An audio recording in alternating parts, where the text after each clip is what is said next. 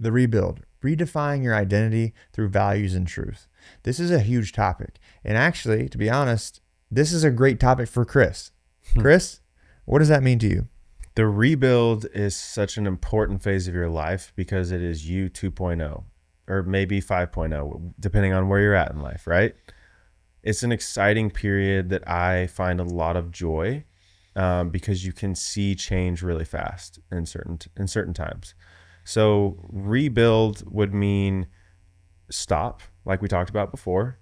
Stop, think about where you're going in life. Is this really the road you want to go down? All right. And then two, if it's not, you need to find something that actually fits the category of life that you're trying to live. So if you were to close your eyes and wake up and be living the exact life that you want to live, what does that look like? And most people haven't asked themselves that question.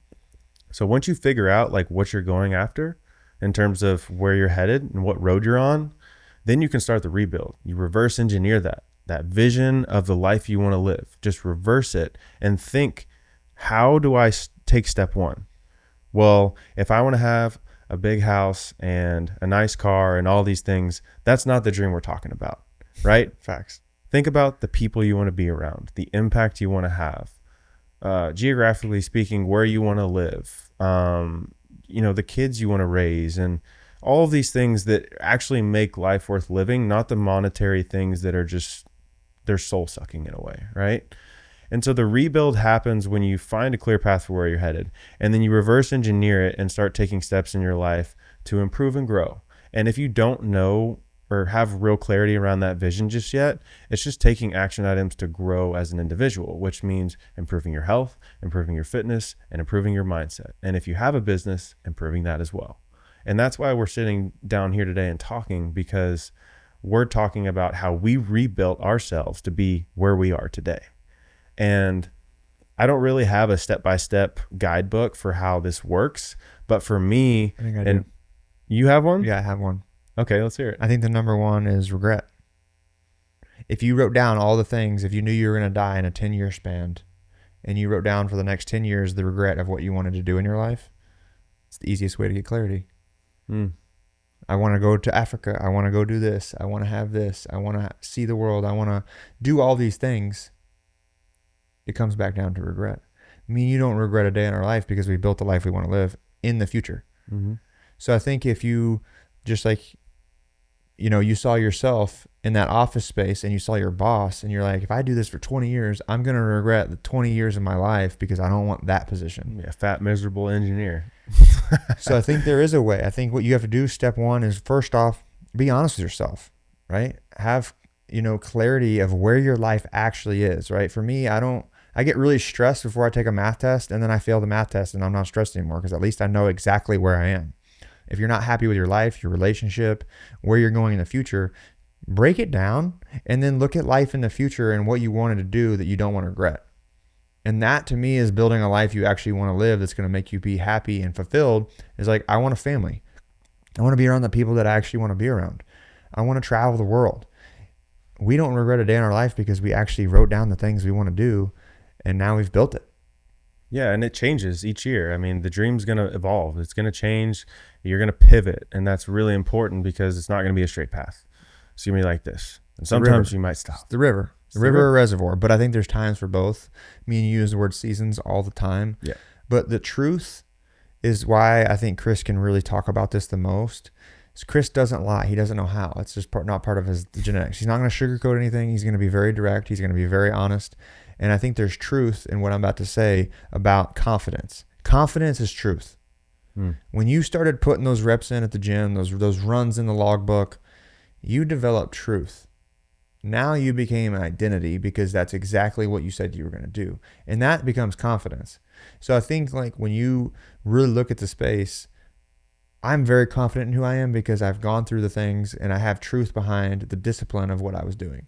Commitment creates confidence, 100%. And then the execution behind it builds the motivation. You don't just have motivation. Some people wake up and they're just motivated. It just takes action. Action creates motivation, 100%. So in terms of the rebuild, well, where do you start? Like you said, make a wish list of what you want to do in life and think about, if I'm on my deathbed and I have 30 days to live. What am I doing in those 30 days that are different from my life now? And if there is a difference, why are you not doing all those things right this second? It's not what you know. It's what you know you don't want to do. Facts. That's another way to answer this, right? So I think rebuild is something that's important for both of our lives. Is a lot of people get to look at the house completed. I think me and you look at it from the ground up. I always am focused on like, this is where I came from. Like anytime people see like, oh, look at your studio. Like Alex came over today. Like y'all have a dream setup, a dream life. They don't get it. They don't understand. They don't know. I'm like, you have this perspective because you don't know what it takes yet. But that's something that's important to understand, because we can talk about the rebuild or we can talk about the first build. That's real messy. What I'm just saying is like, how many times did I grab you and I was like, Chris, what does this grass look like? Right now we're about to build phase 2 that people also think is fucking crazy. Yeah, it is. So it's building and growing and knocking it down. And there's like a big quote that I recently has been on my mind a lot, is like, everybody prays for rain but don't expect a flood, right? But then they don't understand also what a flood's for. Clears it out. It keeps the stuff that's supposed to remain. And I think the rebuild kind of involves that, is like, that's your strong pillars of what your life actually is. And it kind of gets rid of the distractions.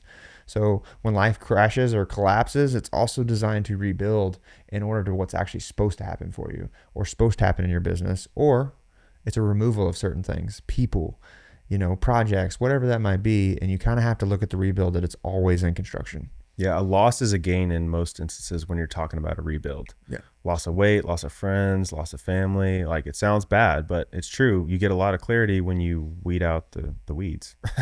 It's one thing you feel like, if you're going through a rebuild, what's one thing to identify and move forward?